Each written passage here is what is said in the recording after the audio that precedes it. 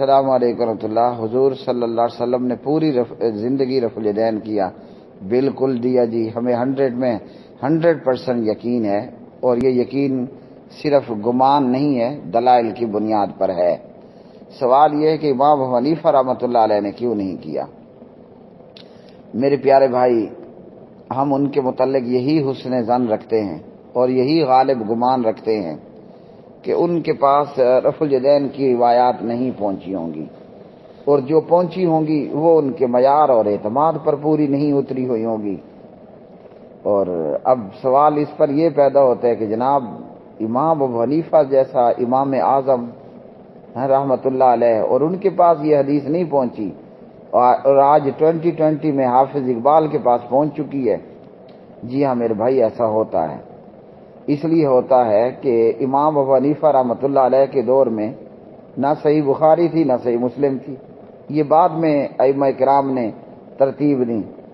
تو اسی طرح جو ہے وہ صحابہ کرام رضوان اللہ علیہ مجمعین کی روایات اور احادیث، تو وہ صحیفے موجود تھے، حضرت ابو ہریرہ کا صحیفہ، جی دیگر صحابہ کرام کا رضوان اللہ تعالی علیہ مجمعین، لیکن یہ کہ احادیث مختلف صحابہ اور تابعین کے پاس بکھری پڑی تھیں، اور احادیث کو لینے کے لیے دور دراز کے سفر کرنے پڑتے تھے۔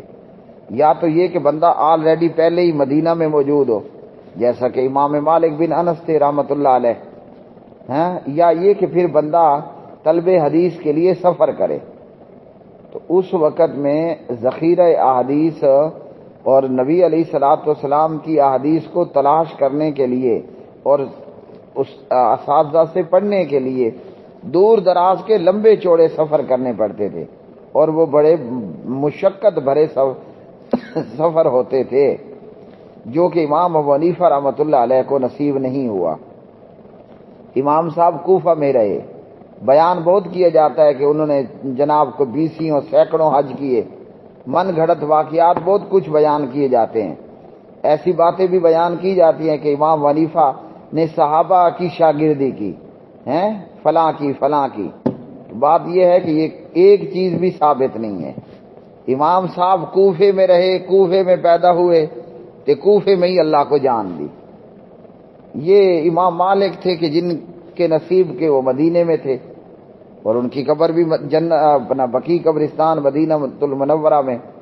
یہ امام بخاری تھے کہ جناب جنہوں نے نہ کوئی کاروبار کیا، نہ تجارت کی، نہ دکان لگائی، نہ کھجور بیچی، نہ زیتون بیچا، بہوش سنبھالا تو جناب قرآن پڑھنے اور حدیث پڑھنے میں لگے، تو آخری وقت تک روح نکلتے تک وہ حدیث ہی پڑھتے پڑھاتے، قرآن ہی سیکھتے سکھاتے رہ گئے، اور ایک نہیں 10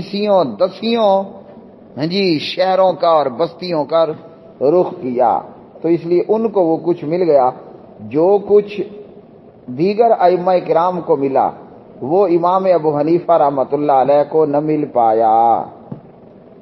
اس لیے امام صاحب کے متعلق ہمارا گمان اور پھر غالب گمان اور پھر حسن ظن یہی ہے کہ رفع الیدین کی احادیث امام صاحب کو نہیں ملی، اور اگر جو کچھ ملا تو وہ ان کے معیار پر پورا نہیں اترا، ان کے اعتماد پر پورا نہیں اترا، اس لیے انہوں نے رفع الیدین نہیں کیا۔ لیکن رفع الیدین نہ کر کے وہ پھر بھی میرے امام تھے۔ اللہ ان کی قبر پر ان گنت لا تعداد اپنی رحمتیں نازل کرے۔ کیوں کہ امام صاحب نے فرمایا کہ حدیث میرے سر کا تاج اور حدیث میری آنکھوں کا سرما، کہ حدیث میرے سر پر اور میری آنکھوں پر، تو اس لیے وہ رفع الیدین نہ کر کے بھی اہل حدیث تھے۔